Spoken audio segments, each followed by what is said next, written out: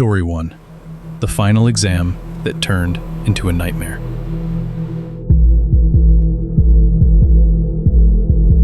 It started like any ordinary day.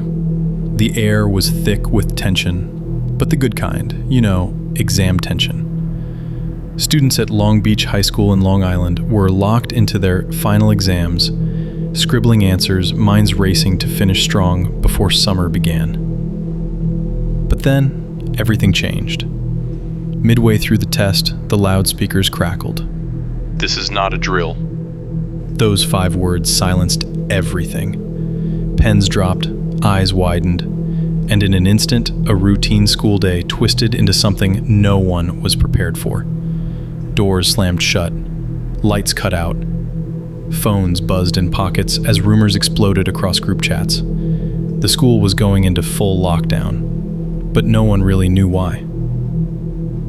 Outside the building, patrol cars swarmed the parking lot. Inside, students were ordered to remain in their seats and keep taking their exams. Even as heavily armed officers in tactical gear moved room to room, rifles drawn, scanning for a threat that, for now, no one could see. Some students were too scared to write another word. Others stared at their papers, paralyzed. Was this a mistake? A drill gone wrong? Or was someone actually inside the school? Then whispers began to surface. A call had been made to 911. According to the caller, a 15-year-old student, allegedly fed up with being bullied, had shown up to school armed with a high-powered rifle. He had a list, the caller claimed. He was ready to do something irreversible. Panic set in. But what no one inside knew yet was that the entire threat was a hoax. The call had been traced, not to Long Island, not even to New York, but all the way to California. Someone had dialed in a fake threat to spark chaos, fear, and disruption, and it worked. But that revelation came hours later. In the meantime, students were still being watched by police as they tried to finish their exams under pressure most adults couldn't even imagine. Doors were barricaded, backpacks left abandoned in the rush. Parents were getting no answers. "I couldn't even pick up my child," one parent said. "They wouldn't let us in. We had no idea what was happening." At the height of the chaos, some students described hearing boots stomp past their classrooms, shadows under the doors. Others say they were warned not to cry, not to speak, not even to cough, in case there was someone lurking in the hallways. And the most surreal part? While all of this was happening, the exams went on. That's right. Some students were forced to keep taking their finals, while fully armed police conducted room-by-room searches just feet away. The juxtaposition was bizarre. A classroom meant for learning suddenly became a stage for survival. When police cleared the building and confirmed there was no active threat, the lockdown was downgraded to a lockout. That meant students were now technically safe inside, but still not allowed to leave. And students arriving late for exams? They were let in, even as the rest of the school remained sealed. To this day, that part still confuses people. Why were exams still happening? Why didn't they cancel everything? Why did the school keep so many people in the dark? In the aftermath, the school district faced heavy criticism for how it handled the situation. Many called the lack of communication unforgivable.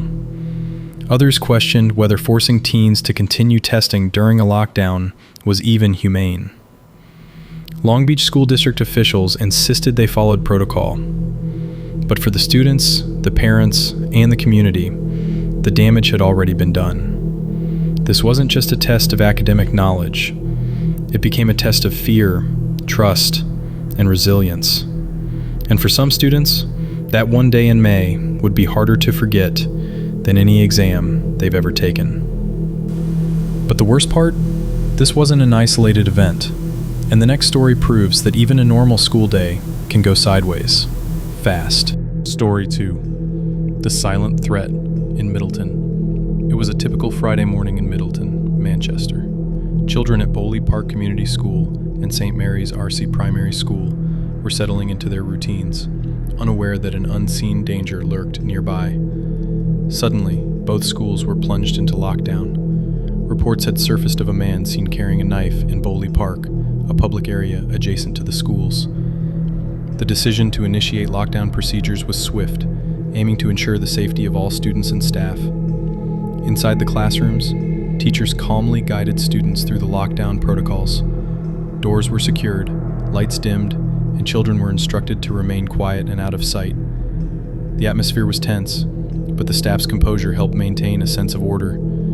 Parents were promptly notified of the situation. Messages from the schools advised them not to come to the premises, emphasizing that the children were safe and that the police were handling the incident. This communication was crucial in preventing panic and ensuring that emergency services could operate without obstruction. Outside, Greater Manchester police officers conducted thorough searches of the area. Their presence was a reassuring sight for the community, demonstrating that the threat was being taken seriously. Meanwhile, the schools remained in lockdown, with staff keeping students calm and engaged.